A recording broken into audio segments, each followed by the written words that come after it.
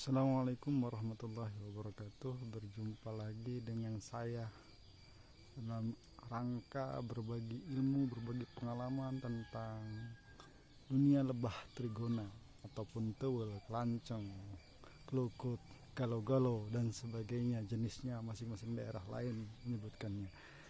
Pada konten kali ini saya akan coba berbagi tip ataupun ilmu bagaimana menyimpan stup di trigona jenis lepi di kebun ataupun di alam.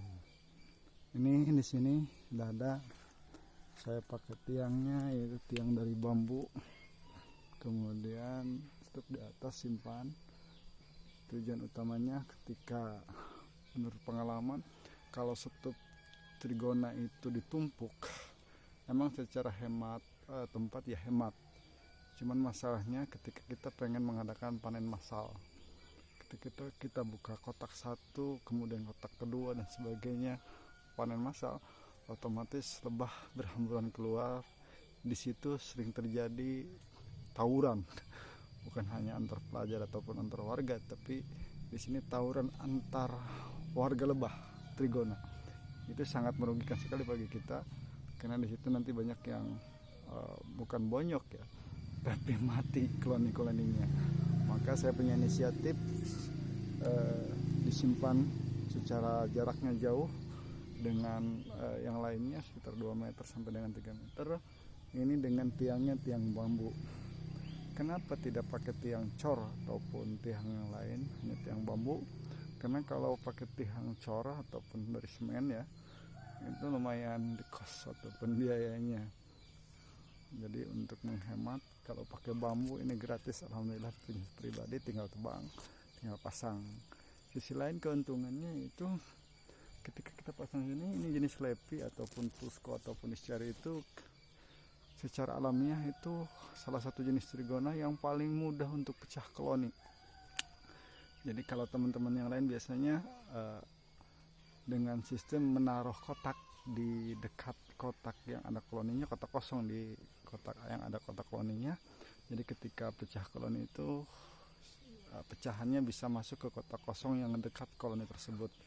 Kalau saya pernah melakukan seperti itu, tapi dianggap terlalu banyak buang-buang energi juga. Soalnya kan harus mengadakan, berarti dalam satu koloni itu 2 kotak, kotak diisi dengan kotak kosong. Ini dengan tiang bambu ini saya siasati. Di tiang bambunya itu ada lubang tuh, ada lubang.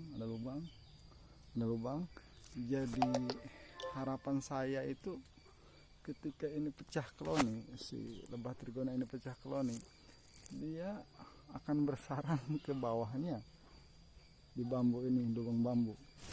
Dan bambu ini kan secara syariat tidak akan bertahan lama ya, hanya beberapa bulan atau beberapa tahun lah, kemudian lapuk dan harus kita gantikan.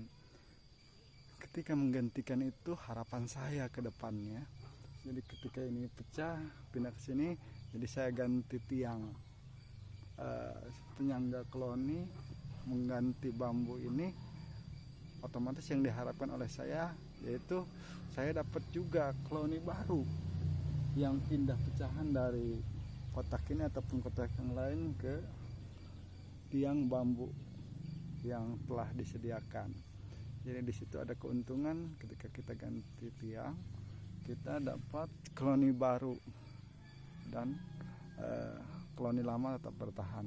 Itu harapannya, karena menurut pengalaman di alam, koloni lebah ini satu pohon bisa 1, 2 bahkan sampai lebih ya, 5 koloni itu dalam satu pohon. Jadi idenya di situ, sehingga saya buat kotaknya di atas seperti ini. Kemudian ketika dia pecah, dia bisa memilih lubang-lubang yang telah saya sediakan di bawahnya.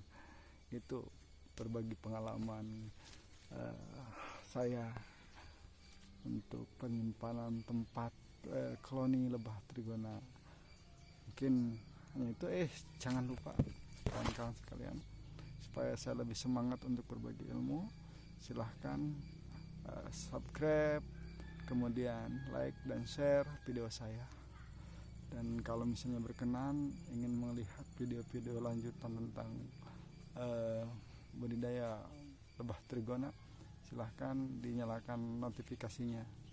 Insya Allah salam semangat, salam Trigona Nusantara. Assalamualaikum warahmatullahi wabarakatuh.